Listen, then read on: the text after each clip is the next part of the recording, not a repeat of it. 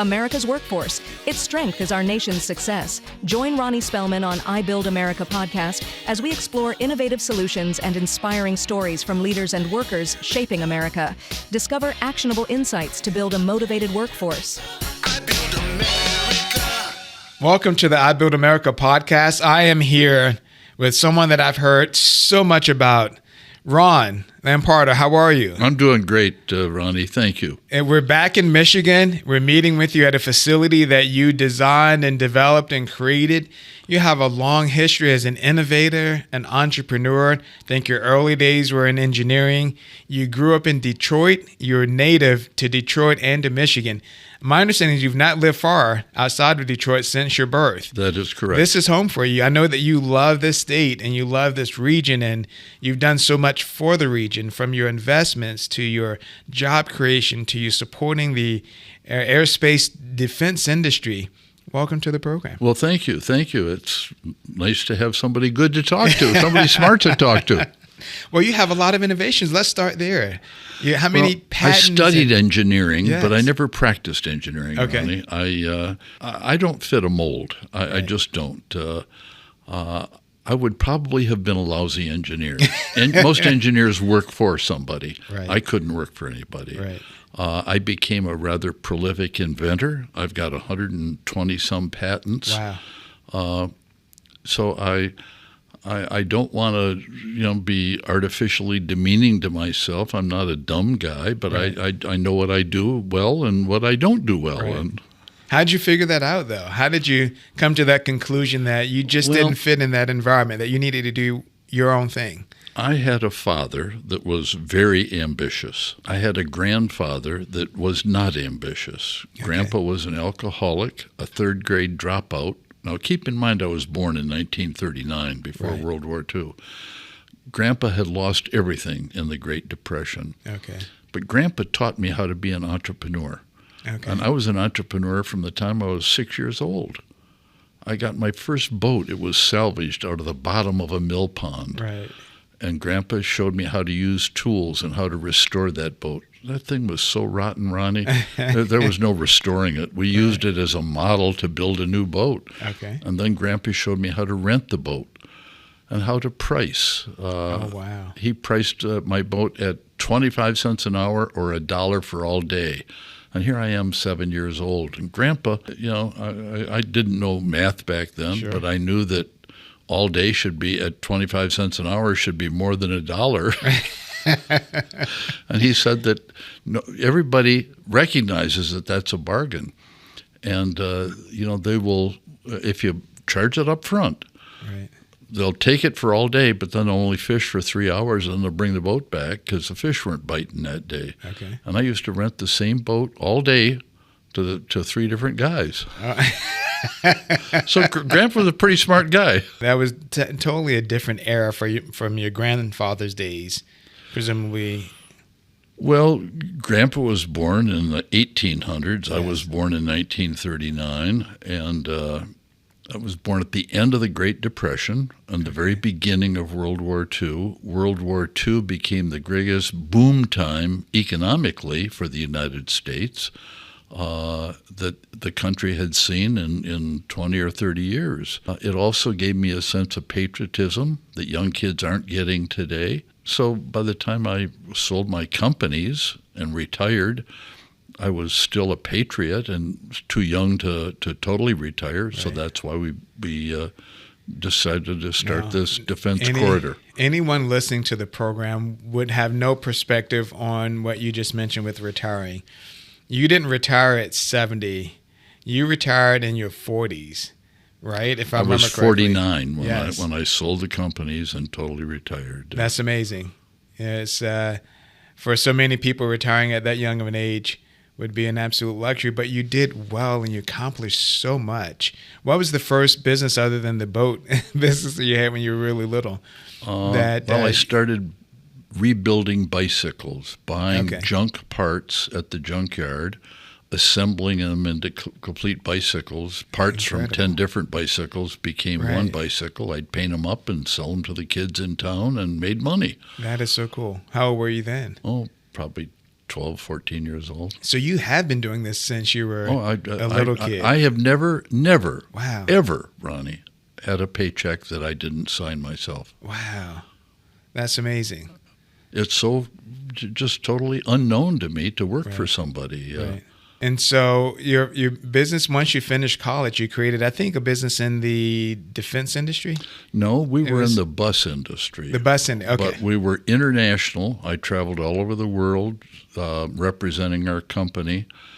And that might be worth. Does this program go to Yeah. Michigan people? No, it's all over the world. Okay. Yeah. Well, I would in every place except the United States. The United States is rush, rush, rush. You sit down, you start talking business right away. Yeah.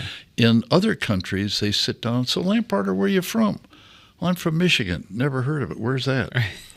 Oh, it's near Detroit. Oh. That's interesting. So I'm proud of Detroit, but the rest of the world doesn't understand Detroit the way I do. Now, why is that, you think? Because it is the heartbeat of manufacturing and the auto industry. Because the media report, and you're part of the media, I want to Yeah. remind you of that, but the media reports all the murders and the crime and the corruption and all the bad parts. Right, Good news doesn't sell. right, right.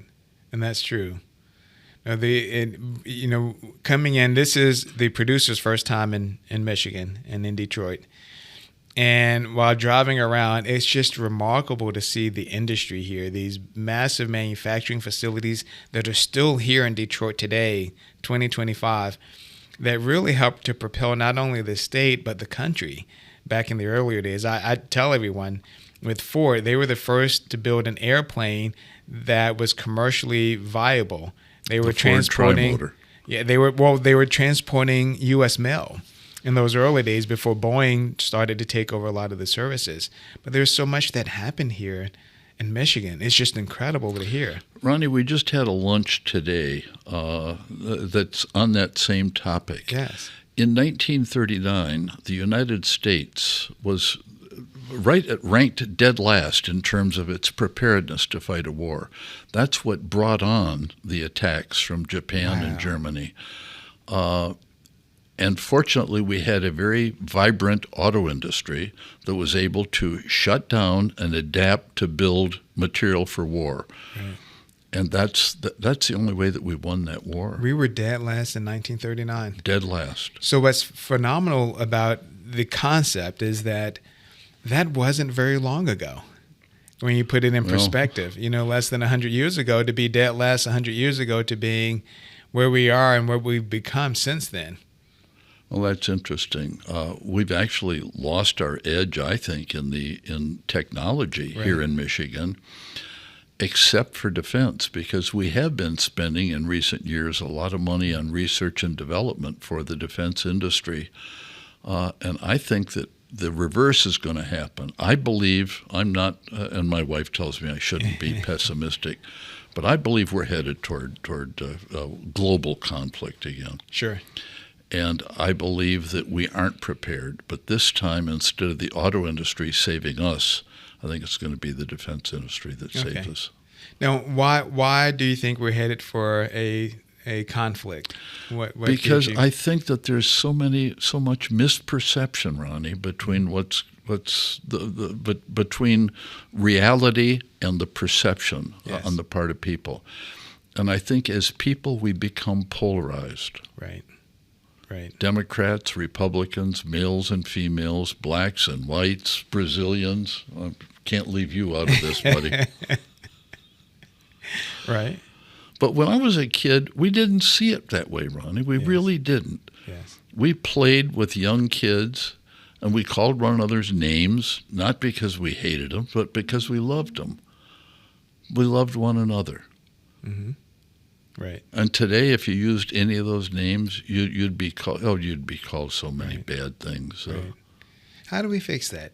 So part of our whole mission with the program is how do we break down barriers, collaborate, work together to continue building a strong community and a strong country? You know how we solve it? How's that? Like you and I are sitting here. Yes. We talk about it. Right. That's my opinion. Yes. We just face one another as human beings. Your life isn't perfect, neither is mine. but we talk. I think we genuinely like one another. I can tell from the smile on your face, man. And you have a great name, right? Ronnie and Ronnie. There you go. Ron. So if we looked at that, just the idea of collaborating and trying to avoid, how do you think the aerospace industry will save us like the auto industry did? Well, I think the technology today, because it's been funded by government, and I'm not a big fan of big government, right, but because it's been funded by government, there's a lot of technology in the aerospace and primarily defense industry. Okay. And I think that the car industry now can use some of that technology. I think that there's a lot of other industries that can use the technologies that have been developed for military, right, for defense. Now, is there anything that stands out from the defense industry, from a technology that just kind of resonates with you well? Now, you've been around it, you've seen it, you've created this unique space that brings in a lot of these innovative technologies so that they can collaborate. And I remember reading your whole mission was to reduce the time needed for that collaboration to happen. So for the exchange of ideas, the exchange of new technology, so that they can get to market sooner, I think was the general premise. But what stands out for you? Just a few hours ago, we had lunch across the street with a new computer company that's come into Michigan from Las Vegas. Yes. They're in AI. And the auto industry is not embracing AI. The defense industry, the government is. Okay. But that's an example.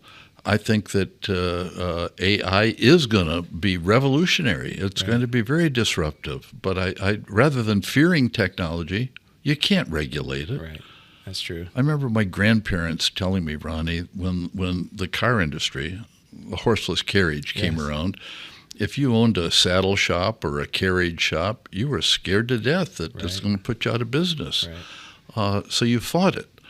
And my grandparents told me about some of the rumors that were going around back then, that if you traveled faster than a horse could run, your head would explode. I mean, just absolutely absurd kind of things. Right. Because they were really afraid of the technology. Right. I remember watching a documentary about the electricity. So I think New York was the first to light up from lights and electricity. And the scare tactic and concern was that electricity was unstable and unsafe and that it would explode versus kerosene. Well, right? Good so example. People want to stay with kerosene, and we made the transition and the world hasn't exploded on us yet. But you're right. There's just so much concern around some of these new technologies that people are afraid to move.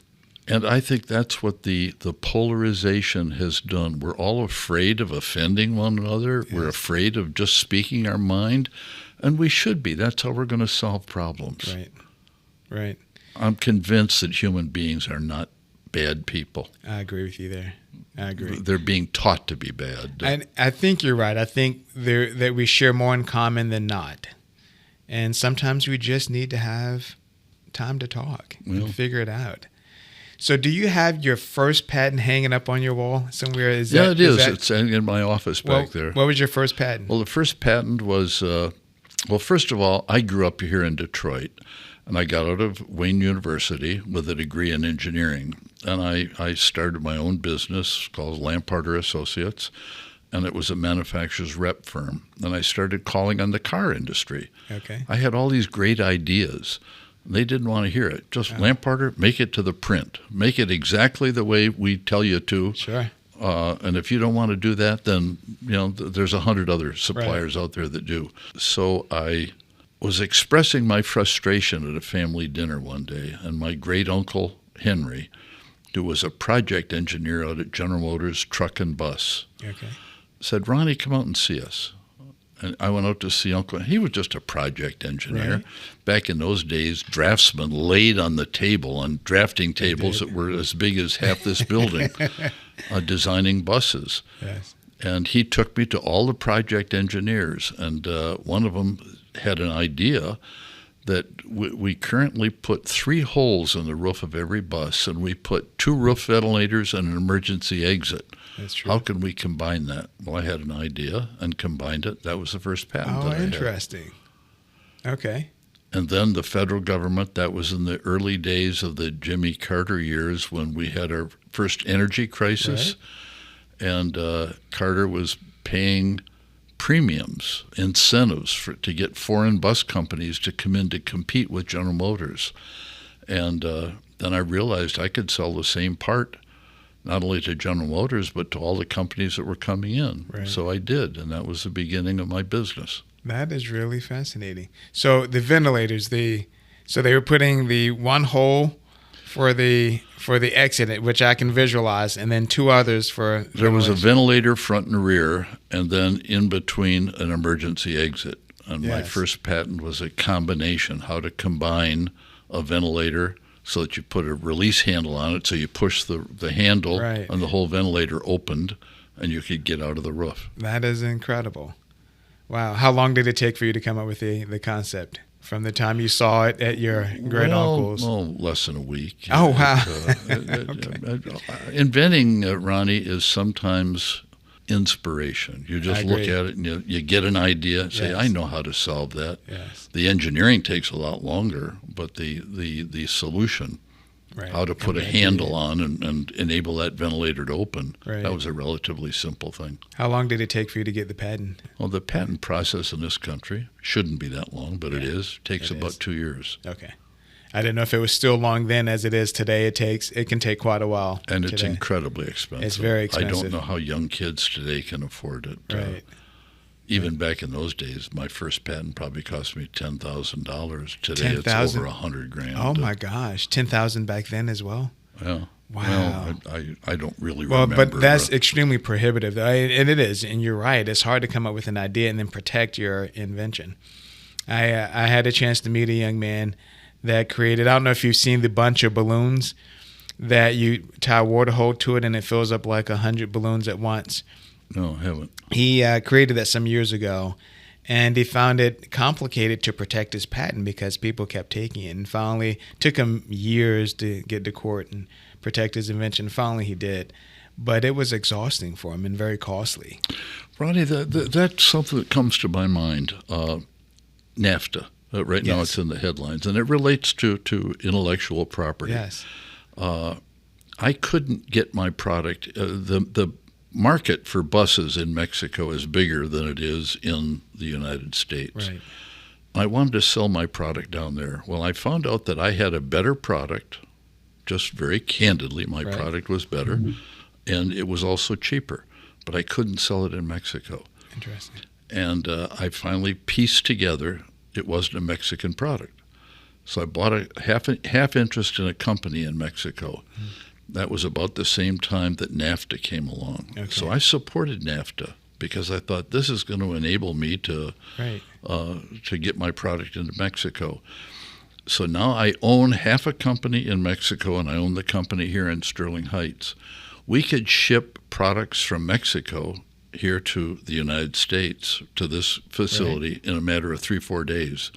But to ship products from here to Mexico would take 3 or 4 weeks. So that's what President Trump means about fair trade versus free trade. We weren't charged duty, but the customs agents in Mexico were just accustomed. They were programmed to keep United States products out of our country. Interesting. And our U.S. customs agents were programmed just let the foreign products in. Wow. Wow, and that would have been, was that in the 90s for you then, ish? No, that was, because I sold the companies in 2006. That was probably in the 70s or 80s. Okay. Wow. So that business, though, you had for a while after you got the patent. And then what led you to the other 119 or so? Well, you just start, you developed a reputation as a good supplier, and then your customers come to you and say, hey, we've got this problem. And the first thing you know, you've solved the problem, and you realize that you've got a unique solution, so you get a patent on it. And how did that lead to building your business and creating jobs? Because it sounds like you've been able to build a good enterprise that would support people building careers even for their families. And well, we weren't that big an employer, in all honesty. I don't think we ever had more than 100 employees. Okay, that's still fantastic. But we supplied jobs to probably well over 1,000 people. Right. Because we relied not so much on manufacturing presses here in this building. This was engineering and assembly. Okay. We relied on our supply chain. And the reason we did that is that you go out and you buy the latest injection molding press or the latest stamping press or the latest screw machine. And it enables you to be so much more efficient. Well, next year, somebody comes out with a new press. Right. And now you've either got to replace yours or you're going to be obsolete. Right. So we just decided we didn't want to invest. Frankly, I didn't have the money to invest in a bunch of presses. Right. So I let the manufacturing industry invest in that, and then Makes I sense. just became their customer. It makes so sense. we were early in the supply chain. Right. And when I look at my time in the home building industry, I look at it very similarly. For us, we were, at the time I was there, we were a $16 billion operation, but we only had about 14,000 employees. And that's because of the same thing. We outsourced so much. Because by the time you take on a lot of additional employees, so we, like you, we fed that employee base through our subcontractors. But if we took on all of those extra employees, then we'd have to perform in all those different categories continuously, and it just didn't make sense. There's a comparison there. Absolutely. Although it's hard to compare a $14 billion company to a $25 or $50 million company. right. But the models are kind of the same in the philosophies, and so. But I totally understand. When you retired and sold the businesses, how did you come up with the idea for the DC3S facility? And if you can tell everyone what it is, Ron, DC3S is an acronym. It stands for Defense Corridor, the Center for Collaboration and Synergy. Yes. And Ronnie, I realized that all the success that I had, it wasn't me. My success was because of the collaborative relationships that I had with other people. So that's how I came up with the idea. And because of my patriotism, going back to World War II, yes. You probably are too young to even remember Vietnam, but I remember during World War II, my grandmother, I was just a little kid walking down the street, and Grandma would see a soldier. She'd walk up to him and just give him a big hug. Thank you for saving the world. Then we go into Korea, and Dwight Eisenhower campaigned to be president with a promise, I'll bring our boys home. Right.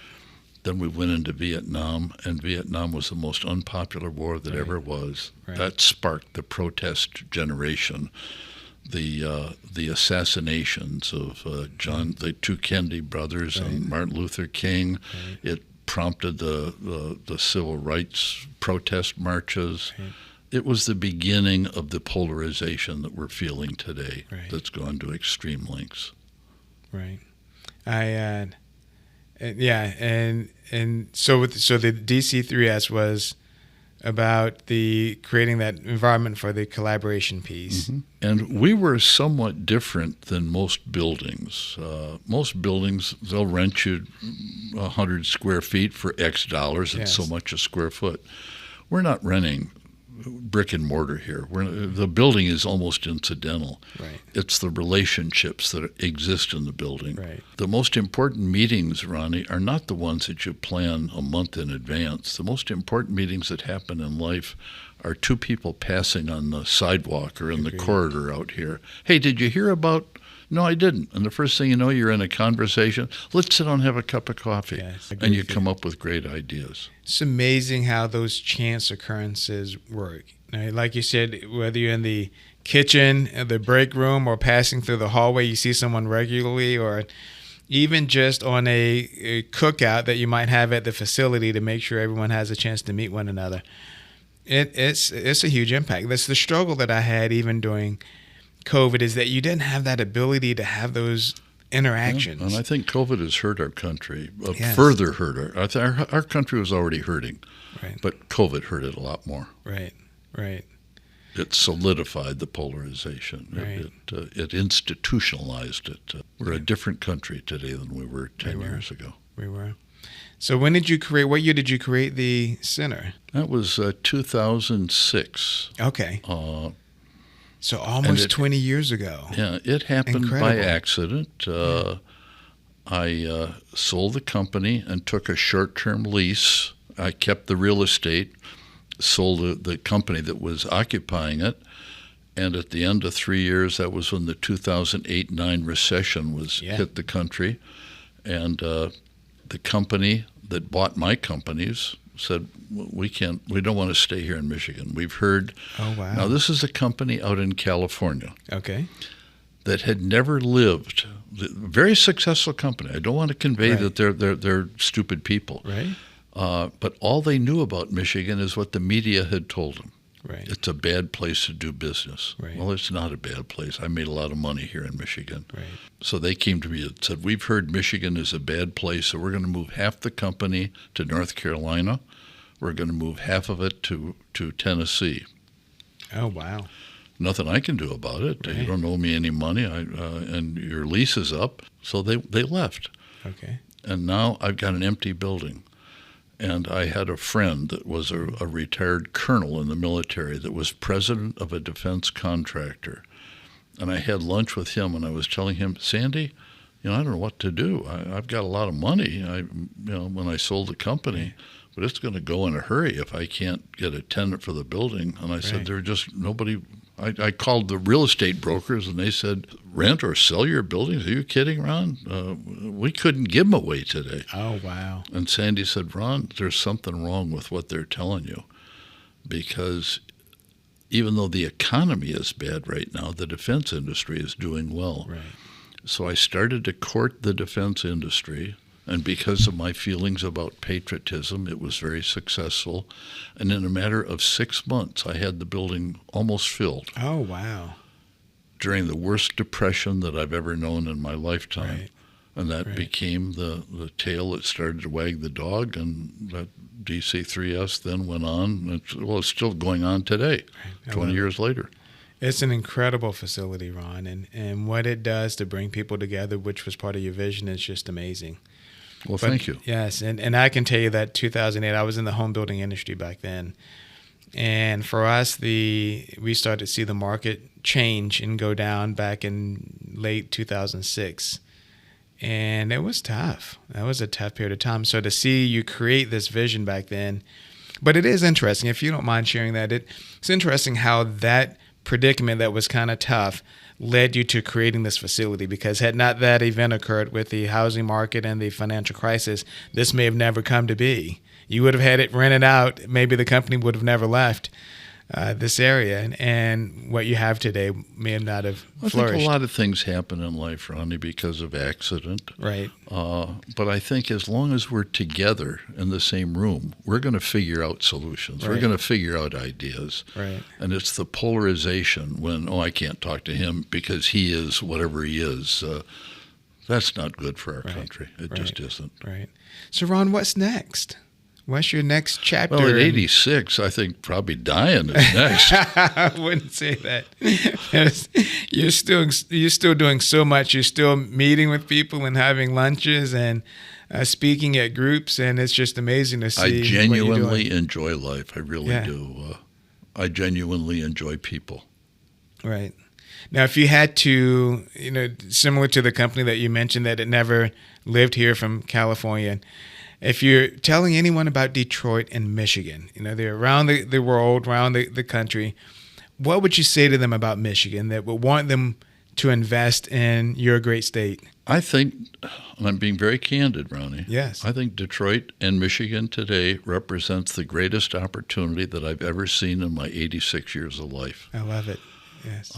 It has gotten so low as a result of reputation, not reality, that you can't afford not to come here. Right. There's so much opportunity. Right. Right. What makes it special for you? Like you look back and by the way, where did you do your boating when you were 7 years old? I'm still learning the region. I did that on a mill pond up in a little town called Homer, Michigan. Okay. It was just the Kalamazoo River dammed up. There's an example, Ronnie, a negative example. Okay. A guy by the name of Jerry Liggett owned the hardware store in town. He was the mayor of this little town that during World War II, its top population was never over 1,500 people. Right. Its only industry was a mill, and the mill had built a dam. And the dam had created a lake. Yes. And that's where I found my first boat, was at the bottom of that pond. But Jerry Liedl took over as the mayor, and he was the mill had closed at that point, Right. and he was concerned about the liability.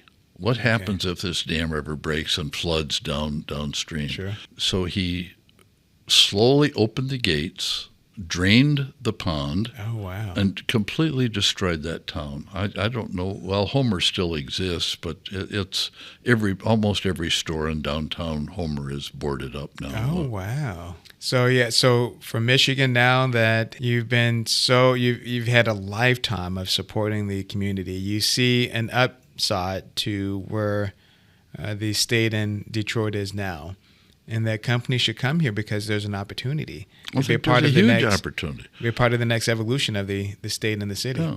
Yeah. And I think technology, I mentioned artificial intelligence, but artificial intelligence is the tip of the iceberg. Right. There's so many technologies that we have here in Michigan. Right. Right over here at the Detroit Arsenal, which is funded by the Department of Defense. Incredible technologies are coming out of there. Yes. I had a meeting this morning with Senator Slotkin, Yes. and just phenomenal technologies they were talking about. Stuff that I don't understand. Right. But you're an innovator, so that's fascinating to hear you say. Well, keep in mind that when I was an innovator, we were using a slide rule. Now they use computers, and they can do in a fraction of a second, what it used to take me hours to do. I agree with that. I used to use a T-square back in my day, and that was advanced technology. Now they're using all kinds of 3D World has graphics. changed, no Yes. question about it. Yes. Well, that's exciting, Ron. I appreciate you joining the program. I've been looking forward to this conversation for months. And it's a pleasure to see you in person. You know, I've read so much about you and met other people as a part of your team, but to see you in person and heard from Senator Mike McDonald about you and Garcia and your universe and the people that support you and appreciate you and love you are just huge supporters of everything you've done in the community and for them individually. And so I appreciate spending the time with you. I know Valdi Garcia and Mike McDonald, Senator McDonald. They're both former senators, Yes. retired senators. They're just normal people like you and I. They are. They were at the right place at the right time and had the right ideas. Right. And they have done so much, both of them, for this state of Michigan. Right. I agree. That's why we have so much opportunity today. And I agree with that. But your role is just as significant. The economic development, the inventions, and what you didn't go to college, get an engineering degree, and take your inventions and move away. You didn't wait until you had money and then went to California. You stayed here in the community. You stayed in Detroit nearby. You stayed in Michigan.